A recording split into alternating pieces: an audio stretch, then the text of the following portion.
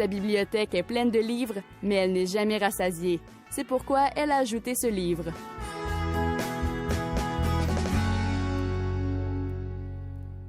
Elle se joint au Cochocho et nous en sommes très heureux. Elle s'appelle Rachel Graveline. Elle est auteure jeunesse, membre de l'Association québécoise des écrivains pour la jeunesse.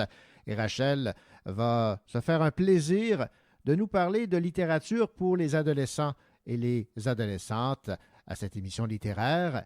Rachel Graveline, bien le bonjour et surtout, bienvenue au Cochocho. Bonjour. Rachel, pour casser la glace, vous allez nous parler d'un roman finaliste pour le prix des univers parallèles. C'est de Mathieu Fortin et ça a pour titre Nosophobia. C'est un roman qui s'adresse aux 12 ans et plus. C'est un roman de science-fiction chez Bayard Jeunesse et c'est une dystopie. Oui, c'est une dystopie parce qu'on parle vraiment d'une projection de la société dans un univers où il y aurait un désordre au niveau de la société. Donc, si on se concentre ici sur Nosophobia, eh bien, on parle d'une société qui s'est refermée sur elle-même dans le but d'enrayer l'empeste. En fait, l'empeste, c'est vraiment une maladie qui a été créée en laboratoire puis qui a été envoyée dans la société pour nuire. Et évidemment, ça a causé une épidémie grave. Et depuis, la société s'est refermée sur elle-même afin d'enrayer la maladie. Mais elle s'est tellement refermée sur elle-même qu'il y a vraiment eu la création de cette société qui est Nosophobia, qui s'est développée et qui quotidiennement va tester les citoyens dans le but de vraiment détecter toute défaillance. Et à partir du moment qu'une défaillance est détectée, le citoyen de Nosophobia va être envoyé dans la dézone et il va être appelé le déréglé. Donc, ça devient un citoyen déréglé. Il n'a plus accès ensuite à Nosophobia. Mais être déréglé à la base, on parle de quelque chose d'aussi léger que de détecter le diabète chez quelqu'un. Alors, la société de norms, comme appelé dans le roman, est vraiment une société de gens qui n'ont aucune maladie. Toute maladie vient donner froid dans le dos aux citoyens, bref. Et là où on va entrer plus dans le roman, c'est que par l'intermédiaire du personnage de Valek, qui veut devenir un désinfecteur, ce jeune homme-là va être amené à découvrir un petit peu plus les dessous de la société, puis il va se rendre compte que leur façon de vivre pourrait être grandement changée. Il va découvrir des vérités qui ne sont pas tout à fait vraies. En fait, ils se font mentir par la personne qui gouverne Nosophobia. Mm-hmm. Et ce qui est très intéressant, c'est que le jeune homme va éventuellement découvrir qu'il y a aussi une faction de rebelles qui veut soulever la société pour libérer les citoyens. Et là, ils pensent que c'est plus le moment de vivre refermés sur eux-mêmes, mais qu'il est grand temps d'être libérés de cette société hermétique-là. Justement, pour découvrir un petit peu plus qu'est-ce que l'aile, je vais vous lire un petit extrait qui donne une bonne idée de l'ampleur de ce qui va arriver.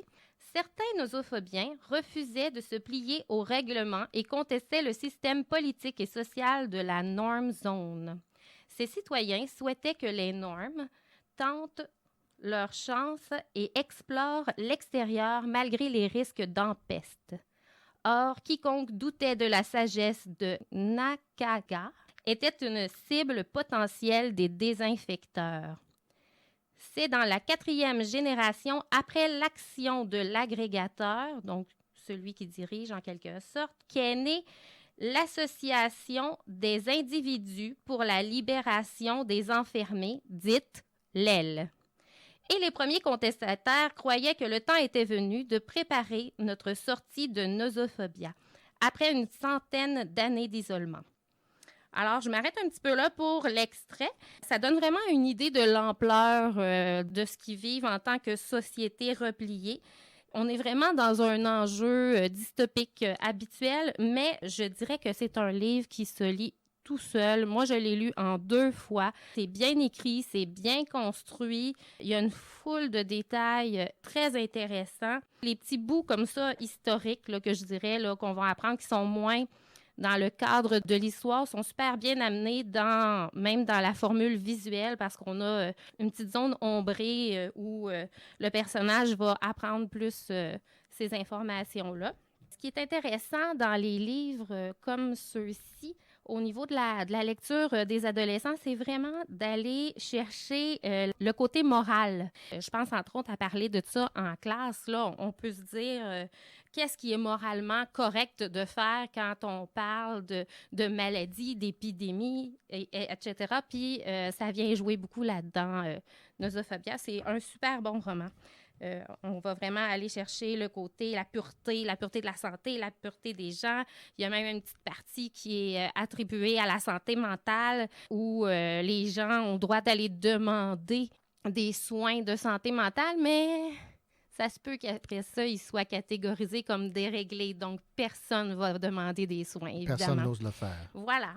Donc, on recherche la société parfaite, mais avec évidemment ce que ça entraîne.